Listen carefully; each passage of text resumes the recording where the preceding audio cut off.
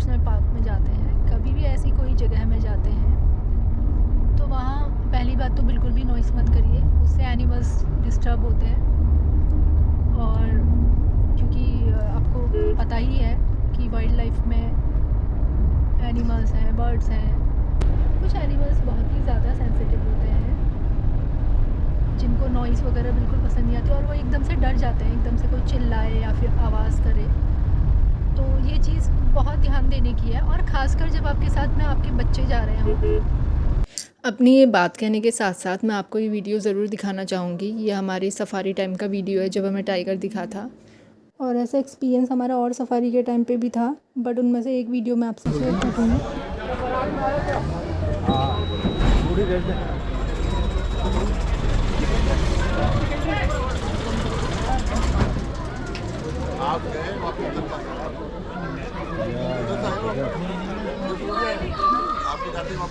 अरे हेलो, उसको बंद कर लो, साउंड बंद कर लो इनकी।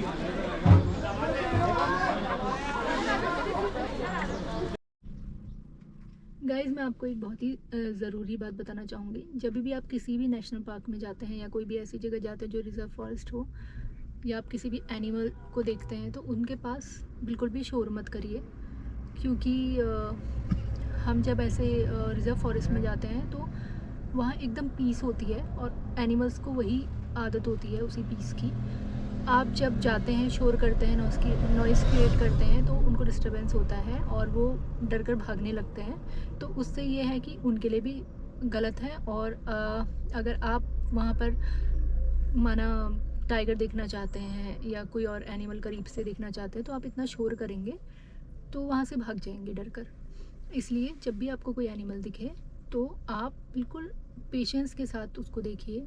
चाहे तो पिक्चर्स क्लिक करनी पिक्चर क्लिक करिए, वीडियो बनाना वीडियो बनाइए, लेकिन उसको देख के शोर मत करिए। और ख़ास करके जो पेरेंट्स अपने बच्चों को लेकर आते हैं छोटे छोटे, उनको घर पे गाइड करके आइए कि आपको वहाँ जाना है और एनिमल्स को डिस्टर्ब नहीं करना है, बिल्कुल उनको देख के चिल्लाना नहीं है। और कुछ भी खाना है तो उसके रैपर्स अपने पास रखने हैं। कई लोगों का बस ये होता है कि हम एक पार्क में गए हैं, बस हमने घूमना है, हम शोर भी कर सकते हैं, हम खाएंगे पिएंगे, हम आ जाएंगे। तो ये वो पार्क नहीं है, ये रिजर्व फॉरेस्ट है, ये नेशनल पार्क है। अगर आपको सिर्फ एनिमल्स ही देखने हैं तो वो तो आप जू में भी देख सकते हैं। अगर आपको वाइल्ड लाइफ एक्सप्लोर करनी है, आपको पीस चाहिए, आप जंगल के अंदर का इन्वायरमेंट देखना चाहते हैं, वहाँ की खूबसूरती देखना चाहते हैं, तो कभी भी ऐसे शोर करेंगे एकदम से एनिमल अगर आपके सामने है, जैसे स्पॉटेड डियर है, सांभर है, या फिर माना टाइगर आपके सामने आ गया, तो टाइगर तो वैसे भी शोर वगैरह पसंद नहीं करता, वो तो बहुत जल्दी इरिटेट हो जाता है और वो तो भागेगा ही। अगर आप चिल्लाएंगे तो जल्दी भाग जाएगा। तो इसलिए शोर करने से कुछ नहीं होना। आप पेशेंस के साथ वेट करिए, पेशेंस के साथ देखिए, इन्जॉय करिए। आपको पिक्चर्स क्लिक करनी है तो आप पिक्चर्स क्लिक करिए, वीडियोस बनाए तो वीडियोस बनाने हैं। अगर आप इन दोनों से कोई नहीं करना, आपको सिर्फ इन्जॉय करना है, देखना है उनको, सिर्फ नेचुरल ब्यूटी ऐसे ही आँखों से देखनी है, तो आप उसको इन्जॉय करिए, लेकिन शांति के साथ। So guys, Ranthambore national park का एक्सपीरियंस मेरा बहुत अच्छा रहा। बस थोड़ा सा यही दिक्कत हो गई कि जो मुझे जिप्सी नहीं मिल पाई, या फिर और भी चीज़ें थी जो मुझे कई सारी चीज़ें पता नहीं थी कैसे बुकिंग करनी है, क्या करनी है। तो हमने जो भी बुकिंग कराई थी ऐसे से राजस्थान की थ्रू करवाई थी। वो तो अच्छी बात है कि अभी हम गाड़ी लेकर गए थे तो हम कहीं भी आ जा सकते थे। जैसे हमें शिल्पग्राम जाना था ऑन साइट रजिस्ट्रेशन के लिए। बट अगर आप अपनी गाड़ी लेकर नहीं आ रहे हैं, या फिर आपने कोई टैक्सी बुक नहीं करी है, आप डायरेक्ट अपने होटल में आए हैं, सिर्फ होटल तक के लिए टैक्सी की है, रिजॉर्ट तक के लिए टैक्सी की है, और क्योंकि अर्ली मॉर्निंग आपको निकलना होता है तो ऑटो वगैरह तो मुझे ऐसे दिखे नहीं चलते हुए। तो आपको अगर शायद यहाँ ओला वगैरह की फैसिलिटीज़ भी हैं या नहीं, मुझे तो नहीं पता। बट यही प्रॉब्लम, क्योंकि मैंने उनसे बात की थी सफारी वालों से, मैंने यही बोला था कि आप जब अर्ली मॉर्निंग 6:30 पे हमें एंटर हो जाना होता है जोन के अंदर, तो हम लोग इतना लेट क्यों जाते हैं? हम अपना टाइम आप अपना टाइम सबको पिक ड्रॉप करने में, आप पिक करने में क्यों वेस्ट कर? इसीलिए मैंने उनसे पूछा था सफारी वालों से कि आप अर्ली मॉर्निंग इतना पिक करने में इतना टाइम क्यों वेस्ट करते हैं? क्योंकि हमें 6:30 अगर हम एंटर हो जाएं जोन के अंदर, तो हमारे लिए ही ज़्यादा बेनिफिट है, क्योंकि उतना टाइम हमें पार्क के अंदर मिल जाएगा। बट उन्होंने ये बोला कि यहाँ पर ऐसी फैसिलिटीज़ नहीं है, ऑटो वगैरह नहीं मिलता, और गेस्ट को भी प्रॉब्लम होती है क्योंकि सुबह सुबह टैक्सी अरेंज नहीं हो पाती कि वो शिल्पग्राम तक कैसे आएंगे। तो इसलिए उन्होंने बताया कि पहले ये सिस्टम था कि एक जगह डिसाइड हो जाती थी कि सारे लोग वहाँ इकट्ठा होंगे, सबको वहाँ से पिक किया जाएगा। बट फिर यही प्रॉब्लम होने लगी कि वहाँ तक भी वो लोग कैसे पहुँचे। तो होटल्स वालों ने, इन लोगों ने आपस में ये सहमति बना के किया कि ठीक है, वहाँ से उनको पिक किया जाएगा और फिर जोन की तरफ जाएंगे। बट इससे बड़ी प्रॉब्लम यही है कि टाइम पे हम एंटर नहीं हो पाते हैं, क्योंकि पिक करने में अगर 20 लोग हैं, 20 लोगों को अलग अलग जगह से पिक करना है। कोई होटल्स बिल्कुल ऑन रोड है और कुछ रिजॉर्ट्स बहुत ही अंदर हैं, होटल्स बहुत ही अंदर है, तो उसमें बड़ी प्रॉब्लम हो जाती है क्योंकि उतना टाइम वेस्ट होता है। और ये कि काउंटर हमारा 45 मिनट्स पहले ही खुलता है जब जोन में एंटर होना होता है। तो जब वहाँ से पहले जब काउंटर खुलेगा, ऑन साइड रजिस्ट्रेशन होगा, उसी के बाद लोगों को पिक किया जाएगा, क्योंकि वहाँ पर से ही कैंटर का अनाउंसमेंट होता है कि कौन सा कैंटर जाएगा, कौन सी जिप्सी किस में जाएगी, कौन से जोन में जाना है, वो सब वहाँ से वो डिसाइड करते हैं। तो ये थोड़ा सा प्रॉब्लम हो जाती है। आप रणथंभौर नेशनल पार्क की बुकिंग के लिए SSO राजस्थान एक साइट है, उससे आप यहाँ की बुकिंग कर सकते हैं। अगर आपको ऑनलाइन बुकिंग्स नहीं मिल रही है और आप रणथंभौर आ गए हैं और आपका प्लान बन रहा है सफारी का, जैसा कि हमारा हुआ था सडन, क्योंकि हमने बुकिंग जो की थी वो करी थी सिर्फ एक ही जोन की, जोन 3 की। बट हम यहाँ पे, हमारा ये था कि हम इवनिंग में पहुँचेंगे। उससे पहले दिन जब हम पहुँचे तो हम यहाँ पे टाइम पे पहुँच गए थे, तो हमें लगा कि हम इवनिंग की भी सफारी कर लेते हैं, शाम की भी सफारी कर लेते हैं। तो हम गए थे शिल्पग्राम, जहाँ पर रजिस्ट्रेशन होता है। आप जब ऑनलाइन टिकट्स निकालते हैं तो आपको वहाँ पे जाना पड़ता है। हम जब शिल्पग्राम में गए तो हमने वहाँ पे पूछा, वहाँ पे कुछ और भी काउंटर्स बने हैं जो कि वैसे बुकिंग करते हैं, थोड़ा सा एक्स्ट्रा चार्ज लेते हैं, बट वो बुकिंग हमें दिलवा देते हैं। हम जब आप रणथंभौर आए तो मार्केट से थोड़ा बाहर की तरफ, यानी कि शिल्पग्राम एक एरिया है, उसके आसपास आपको काफ़ी सारे होटल्स मिल जाएंगे, काफ़ी सारे रिजॉर्ट्स मिल जाएंगे। आप उनमें से कोई भी बुक करा सकते हैं, क्योंकि आपको शिल्पग्राम तो आना ही रहेगा। अगर आप ऑनलाइन बुकिंग भी करा रहे हैं तो रजिस्ट्रेशन के लिए शिल्पग्राम आपको आना पड़ेगा। तो मैं आपको बताऊंगी कि मेरा एक्सपीरियंस कैसा रहा। मेरा सवाई माधोपुर का एक्सपीरियंस बहुत अच्छा रहा, यहाँ नेशनल पार्क का एक्सपीरियंस बहुत अच्छा रहा। काफ़ी अच्छी जगह है, काफ़ी अच्छे लोग हैं, और होटल्स हमें बहुत अच्छे मिल गए थे। होटल्स इसलिए कह रही हूँ क्योंकि हमने पहले एक ही दिन की बुकिंग कराई थी, तो ये था कि हम एक ही दिन सफारी करेंगे, उसके बाद हम सांभर लेक जाएंगे। लेकिन हमें यहाँ इतना अच्छा लगा कि हमने एक दिन और एक्सटेंड कर लिया। तो जो हमारे होटल के ओनर थे, हमने उनसे बात करी। हमने अपने होटल की बुकिंग तो ऑनलाइन करी थी, फिर उसके बाद हमने सोचा कि एक दिन एक्सटेंड कर लेते हैं। एक दिन हमने भरतपुर में भी एक्सटेंड किया, वहाँ हमें होटल रूम, उसी होटल में एक और रूम नेक्स्ट डे के लिए भी मिल गया था।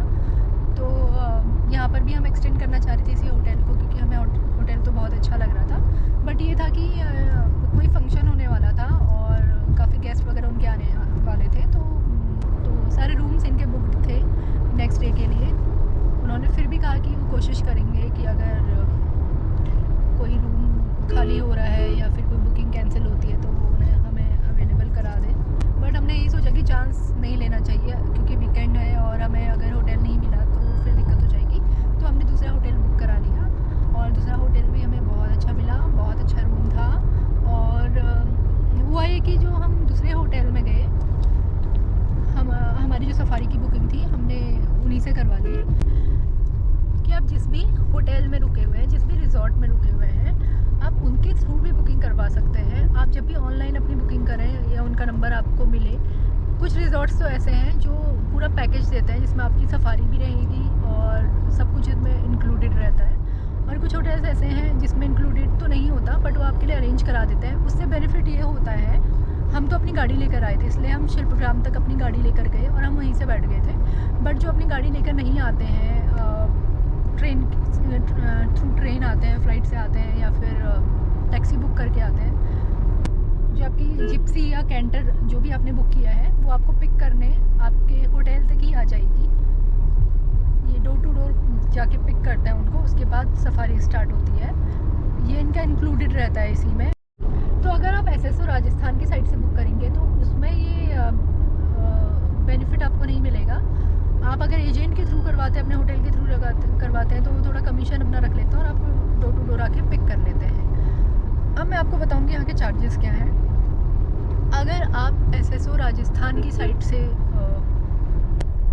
पर पर्सन के हिसाब से कराना चाहते हैं तो उसमें जो आपको गवर्नमेंट की साइड से पड़ेगा वो पड़ेगा 750 पर पर्सन। और अगर आप एजेंट के थ्रू करवाते हैं तो वो आपको पड़ेगा 850 पर पर्सन। और अगर अपने होटल के थ्रू आप करवाते हैं तो पड़ेगा आपको 900 पर पर्सन, जो कि आपको आपके होटल से पिक करेंगे। और अगर आप पूरी जिप्सी आप बुक कराना चाहते हैं तो वो आपको 5500 समथिंग ये पड़ेगा। उसमें भी ये है कि अगर आपको फुल डे बुक करानी है, फुल डे के लिए तो 58,000 है। और अगर आपको हाफ डे करानी है तो उसमें 30,000 समथिंग आपको पड़ेगा। तो वो अवेलेबिलिटी पे है कि आपको कब क्या अवेलेबल होता है। आपको ये प्राइस तो मैंने साइट पर देखे थे, बाकी कुछ ऊपर नीचे हो सकते हैं प्राइस, बट जो मैंने अभी का जो रेट है कैंटर का और जिप्सी का पर पर्सन, क्योंकि हमने पर पर्सन के हिसाब से बुकिंग करवाई थी तो वो मुझे पता है, क्योंकि हमने इतनी जल्दी से बुकिंग कराई तो हमें जिप्सी वगैरह तो अवेलेबल नहीं मिली। अगर आपको जिप्सी बुक करवानी है तो आपको पहले से बुकिंग करवानी पड़ेगी, क्योंकि जिप्सी में कम सीट्स होती हैं तो जल्दी से रिज़र्व हो जाती हैं। कैंटर में आपको आसानी से मिल जाती है। तो यहाँ पर आपको आपके लिए क्या सही रहेगा, जिप्सी सही रहेगी, कैंटर सही रहेगा, उसके लिए भी मैं आपको बताती हूँ। देखिए, हमने जो 4 सफारी की, चारों सफारी हमने कैंटर में की। जो हमारा एक्सपीरियंस था वो ये था कि एक तो कैंटर डोर टू डोर जाके पिक करता है। यहाँ पर जो टाइमिंग है सफारी की वो है 6:30 to 9:30 AM। तो उसमें ये होता है कि आप जब डोर टू डोर जाके पिक करते हैं तो कई गेस्ट ऐसे होते हैं जो रेडी रहते हैं, जो रोड पे आ जाते हैं, और कई गेस्ट ऐसे होते हैं जो कि रेडी नहीं हुए होते हैं, उनके लिए वेट करना पड़ता है। तो कहीं पे 10 मिनट्स, कहीं पे 15 मिनट्स, कहीं पे 5 मिनट्स, ऐसे करके टाइम बढ़ता ही जाता है। तो हमने अभी तक जो भी सफारी करी उसमें हम 7:30 में एंटर हुए हैं पार्क में। मुझे ऐसा लगता है कि जब हमें 3 आवर्स मिले हैं सफारी करने के लिए तो हम उसका पूरा का पूरा यूटिलाइज करें। अब क्या है कि जब हमने 2 सफारी करी, हमने शिल्पग्राम से ही बुकिंग करवाई थी, तो हम अपनी गाड़ी से वहीं हमने पार्क करके हम वहीं से कैंटर में बैठ गए थे। तो हमने एक चीज़ देखी कि अगर हम शिल्पग्राम से करें तब भी उतना ही टाइम लगता है अगर हम शिल्पग्राम पहुंच गए पहले, क्योंकि हमें जाना शिल्पग्राम के थ्रू ही है। और अगर हम अपने होटल से जाएं तब भी उतना ही टाइम लगना है, क्योंकि वो वापस होटल्स की तरफ जाते हैं और हमारा होटल भी उसी तरफ को होता है जहाँ पे बाकी सवारी को पिक करने, बाकी गेस्ट को पिक करने के लिए जाते हैं।